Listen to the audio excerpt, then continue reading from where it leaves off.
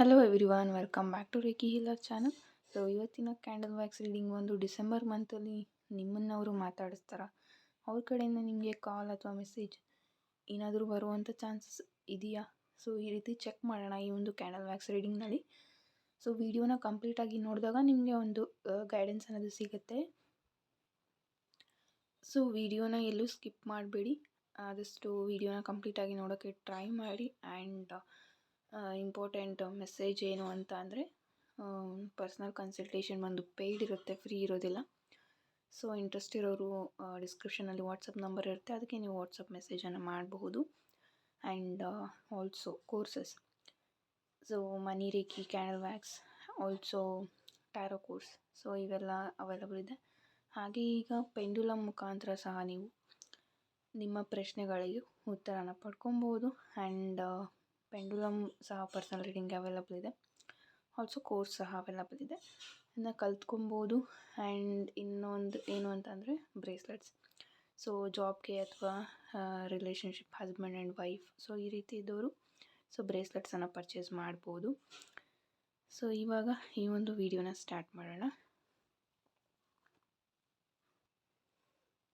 Okay, ನೋಡೋಣ ನಿಮಗಾಗಿ ಏನೆಲ್ಲ ಮೆಸೇಜಸ್ ಇದೆ ಅಂತ. ಸ್ವಲ್ಪ ನನಗೆ ಈ ಜ್ವರ ಕೆಮ್ಮುವಿಂದ ವಾಯ್ಸ್ ಸ್ವಲ್ಪ ಕಡಿಮೆ ಕೇಳಿಸ್ತಾ ಇರ್ಬೋದು, ಏನು ಅಂದ್ಕೊಳ್ಬೇಡಿ. ಸೊ ನಿಮ್ಮ ವಾಲ್ಯೂಮನ್ನು ಸ್ವಲ್ಪ ಜಾಸ್ತಿ ಕೊಟ್ಕೊಂಡು ಕೇಳಿಸ್ಕೊಡಿ.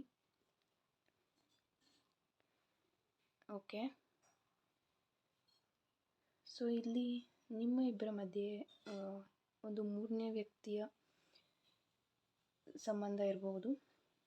ಸೊ ಥರ್ಡ್ ಪಾರ್ಟಿ ಎನರ್ಜಿ ಇಲ್ಲಿದೆ.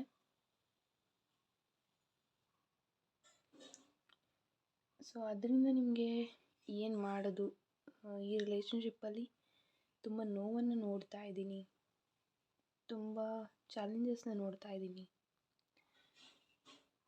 ಏನು ಮಾಡಿದ್ರೂ ಸಹ ನನ್ನ ಪಾರ್ಟ್ನರ್ಗೆ ನನ್ನ ಬಗ್ಗೆ ಅರ್ಥ ಆಗ್ತಾ ಇಲ್ಲ, ನನ್ನ ಬಗ್ಗೆ ಅವರು ಪ್ರೀತಿ ತೋರಿಸ್ತಾ ಇಲ್ಲ ಅನ್ನೋ ಒಂದು ನೋವು ನಿಮ್ಮನ್ನು ಕಾಡ್ತಾ ಇದೆ. ಬಟ್ ಈ ಒಂದು ಡಿಸೆಂಬರ್ ಮಂತಲ್ಲಿ ಅವರು ನಿಮ್ಮನ್ನು ಮೀಟ್ ಆಗುವಂಥ ಚಾನ್ಸಸ್ ಇದೆ. ಆ್ಯಂಡ್ ನಿಮ್ಮನ್ನು ಅವರು ಮಾತಾಡಿಸೋವಂಥ ಚಾನ್ಸಸ್ ಇದೆ. ಆ್ಯಂಡ್ ಡೆಫಿನೆಟ್ಲಿ ಡಿಸೆಂಬರ್ ಮಂತಲ್ಲಿ ರಿಯೂನಿಯನ್ ಎನರ್ಜೀಸ್ ಇಲ್ಲಿ ಕಾಣಿಸ್ತಾ ಇರೋದ್ರಿಂದ ಅವರು ನಿಮ್ಮನ್ನು ಭೇಟಿಯಾಗುವಂಥ ಚಾನ್ಸಸ್ ಇದೆ.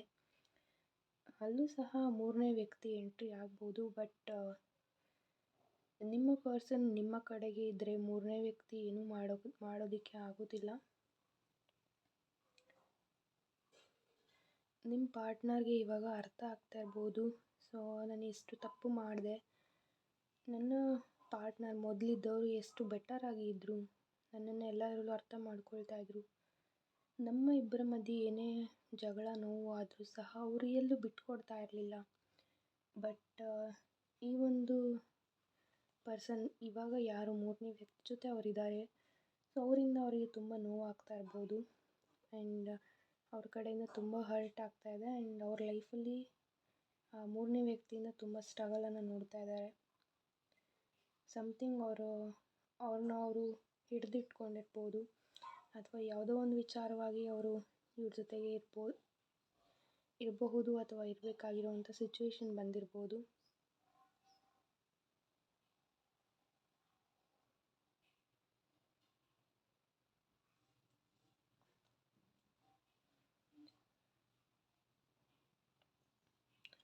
ಆ್ಯಂಡ್ ಆಲ್ಸೋ ಇದು ಈ ರಿಲೇಷನ್ಶಿಪ್ ಅಷ್ಟು ಈಸಿ ಇಲ್ಲ, ತುಂಬ ಸ್ಟ್ರಗಲನ್ನು ನೋಡಬೇಕಾಗುತ್ತೆ. ಇನ್ನೂ ನಿಮ್ಮ ಸ್ಟ್ರಗಲ್ ಮುಗ್ದಿಲ್ಲ ಅಂತ ಹೇಳ್ಬೋದು. ಇನ್ನೂ ಕೆಲವೊಂದು ಚಾಲೆಂಜಸ್ ನಿಮಗೆ ಮುಂದೆ ಫೇಸ್ ಮಾಡುವಂಥ ಸಿಚುವೇಶನ್ ಇಲ್ಲಿ ಬರುತ್ತೆ. ಆ್ಯಂಡ್ ಕೆಲವೊಂದು ಬಾರಿ ಏನೋ ಒಂದು ಸರಿ ಹೋಯಿತು ಅಂತ ಒಂದು ಆರಾಮಾಗಿ ಇರ್ತೀರ, ಬಟ್ ಅಲ್ಲಿ ಮತ್ತೊಂದು ಏನೋ ಒಂದು ಸ್ಟಾರ್ಟ್ ಆಗುತ್ತೆ. ಸೊ ಅದರಿಂದ ನಿಮಗೆ ಈ ಜೀವನ ಬೇಡಪ್ಪ ನನಗೆ ಅಂತ ಅನ್ನಿಸ್ತಾ ಇರ್ಬೋದು. ತುಂಬ ಜನ ತುಂಬ ಅಂದರೆ ತುಂಬ ಹಚ್ಕೊಂಡಿದ್ದೀರಾ ಈ ವ್ಯಕ್ತಿನ. ಸೊ ನಿಮಗೆ ಎಷ್ಟೇ ಟ್ರೈ ಮಾಡಿದ್ರೂ ಮೂವ್ ಆನ್ ಆಗೋಕ್ಕಾಗ್ತಾಯಿಲ್ಲ. ಆ್ಯಂಡ್ ಆಲ್ಸೋ ಇದು ತುಂಬ ವರ್ಷಗಳಿಂದನೇ ಇರ್ಬೋದು, ತುಂಬ ಲಾಂಗ್ ಟರ್ಮ್ ರಿಲೇಷನ್ಶಿಪ್ ಇರ್ಬೋದು ಇದು. ಸೊ ಅದರಿಂದ ಈ ರಿಲೇಷನ್ಶಿಪ್ನಲ್ಲಿ ನಿಮಗೆ ಬಿಟ್ಕೊಡೋಕ್ಕೆ ಮನಸ್ಸಾಗ್ತಾಯಿಲ್ಲ ಆ್ಯಂಡ್ ಅವರನ್ನು ಬಿಟ್ಟು ಹೋಗೋಕ್ಕೂ ಸಹ ನಿಮಗೆ ಮನಸ್ಸಾಗ್ತಾಯಿಲ್ಲ.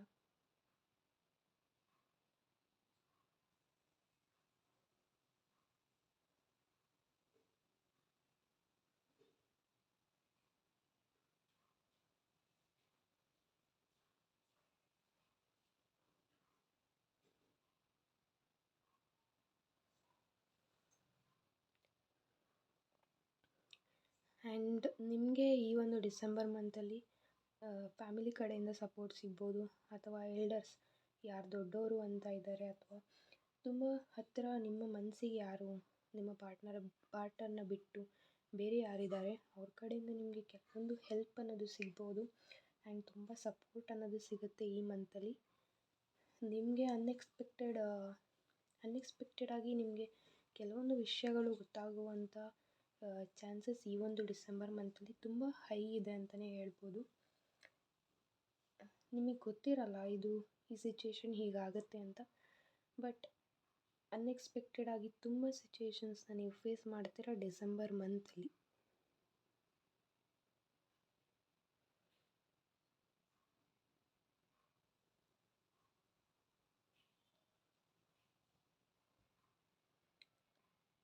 ಸೊ ನಿಮ್ಮ ಪಾರ್ಟ್ನರ್ ಒಂದು ಹೈ ಪೋಸ್ಟ್ನಲ್ಲಿ ಇರ್ಬೋದು, ಅಥವಾ ತುಂಬ ವರ್ಕಲ್ಲಿ ಯಾವಾಗಲೂ ಸಹ ಬ್ಯುಸಿಯಾಗಿ ಇರುವಂಥ ಪರ್ಸನ್ ಆಗಿರ್ತಾಯಿದ್ರು. ಬಟ್ ಟೈಮ್ ಕಳೀತಾ ಯಾರೋ ಒಬ್ಬರು ಮೂರನೇ ವ್ಯಕ್ತಿಯ ಎಂಟ್ರಿ ಈ ಒಂದು ರಿಲೇಷನ್ಶಿಪ್ ಮಧ್ಯೆ ಆಗಿರ್ಬೋದು. ಸೊ ಅವರಿಂದನೂ ಸಹ ನಿಮ್ಮ ರಿಲೇಷನ್ಶಿಪ್ ಇಲ್ಲಿ ಬ್ರೇಕ್ ಆಗಿರ್ಬೋದು, ಅವರಿಂದ ನೀವಿಬ್ಬರು ದೂರ ಆಗಿರ್ಬೋದು.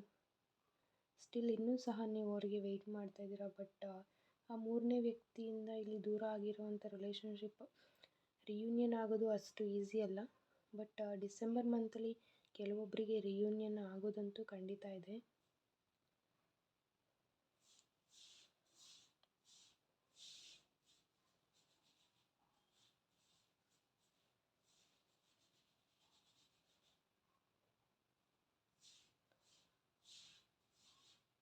ಸೊ ನೀವು ಹಗಲು ರಾತ್ರಿ ಅಂತ ತುಂಬ ಯೋಚನೆ ಮಾಡೋದು ಕಡಿಮೆ ಮಾಡಿ. ಸೊ ನೆಗೆಟಿವ್ ಥಿಂಕಿಂಗ್ ಮಾಡಬೇಡಿ. ಯಾವೊಂದು ಮ್ಯಾನಿಫೆಸ್ಟೇಷನ್ ಪೋರ್ಟಲ್ಸ್ ಬರುತ್ತೆ, ನ್ಯೂ ಮೂನ್ ಅಥವಾ ಫುಲ್ ಮೂನ್ ಆಗಿರ್ಬೋದು, ಆ್ಯಂಡ್ ಆಲ್ಸೋ ಪೋರ್ಟಲ್ಸ್ ಓಪನ್ ಆಗುತ್ತೆ, ಹಾಗೆಲ್ಲ ಮ್ಯಾನಿಫೆಸ್ಟೇಷನ್ಸ್ ಮಾಡಿ. ಸೊ ನೆಗೆಟಿವ್ ಆಗಿ ಥಿಂಕ್ ಮಾಡೋದಕ್ಕಿಂತ ಪಾಸಿಟಿವ್ ಆಗಿ ಇರೋದು ತುಂಬ ಒಳ್ಳೆಯದಂತಲೇ ಹೇಳ್ಬೋದು. ಆ್ಯಂಡ್ ನಿಮಗೆ ಇಲ್ಲಿ ತುಂಬ ಬ್ಯಾಕ್ ಬಿಚಿಂಗ್ ಆಗಿರ್ಬೋದು, ನಿಮಗೆ ಕೆಲವೊಬ್ಬರು ನೀವು ನಂಬಿದವ್ರ ಕಡೆಯಿಂದನೇ ನಿಮಗೆ ಮೋಸ ಆಗಿದೆ.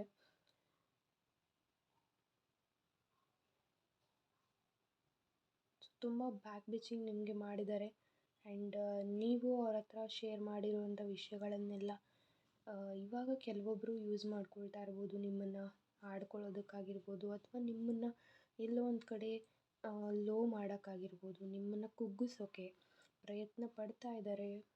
ಬಟ್ ಇದೆಲ್ಲ ಒಂದು ಲೆಸನ್ ಅಂತ ತಿಳ್ಕೊಳ್ಳಿ. ನೆಕ್ಸ್ಟ್ ಟೈಮ್ ಯಾರನ್ನೂ ಸಹ ಅಷ್ಟೊಂದು ಈಸಿಯಾಗಿ ಟ್ರಸ್ಟ್ ಮಾಡೋದು ಬೇಡ ಅಂತ ಹೇಳ್ತೀನಿ. ನಿಮ್ಮ ಪಾರ್ಟ್ನರ್ ಅಥವಾ ನಿಮ್ಮ ನೇಮಿನ ಲೆಟರ್ ಬಂದು ಎಸ್ ಅಥವಾ ಎ ಇಂದ ಸ್ಟಾರ್ಟ್ ಆಗುವಂಥ ಚಾನ್ಸಸ್ ಜಾಸ್ತಿ ಇದೆ. ಆಲ್ಸೋ ಬಿ ಇಂದ ಸ್ಟಾರ್ಟ್ ಆಗ್ಬೋದು. ಇದು ಮೇಜರಾಗಿ ಕಾಣ್ತಾ ಇರುವಂಥ ಲೆಟರ್ಸ್ ನಾನು ಹೇಳ್ತಾ ಇರೋದು. ಬೇರೆಯವ್ರಿಗೆ ಈ ವಿಡಿಯೋ ರೆಸೊನೇಟ್ ಆಗೋದಿಲ್ಲ ಅಂತ ಅಲ್ಲ, ಎಲ್ಲರಿಗೂ ಸಹ ಇದು ರೆಸೊನೇಟ್ ಆಗುತ್ತೆ. ಇನ್ ಕೇಸ್ ನಿಮಗೆ ರೆಸೊನೇಟ್ ಆಗಿಲ್ಲ ಅಂದರೆ ಇದನ್ನು ಬಿಟ್ಬಿಡ್ಬಹುದು.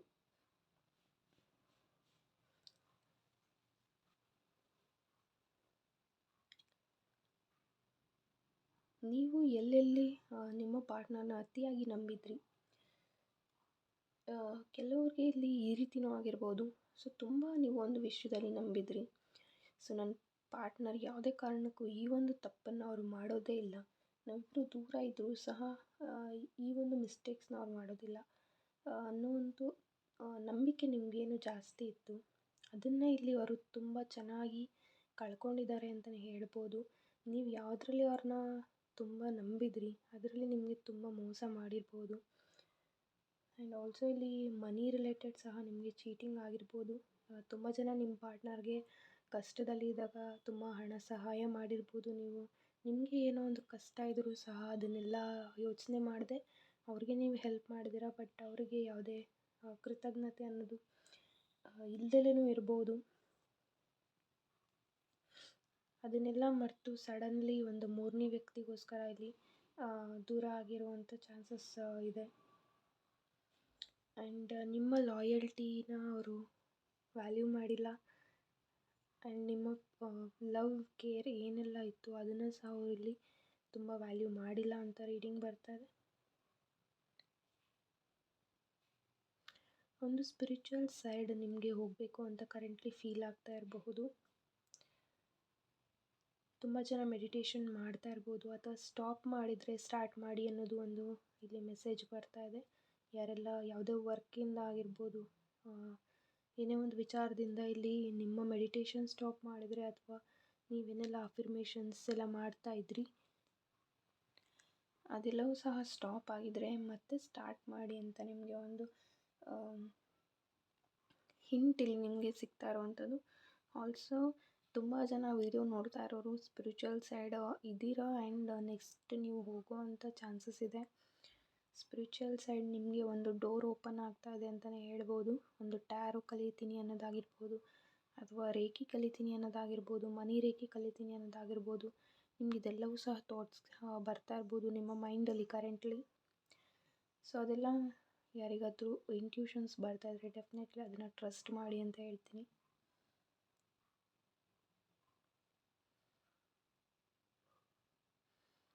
So thank you so much.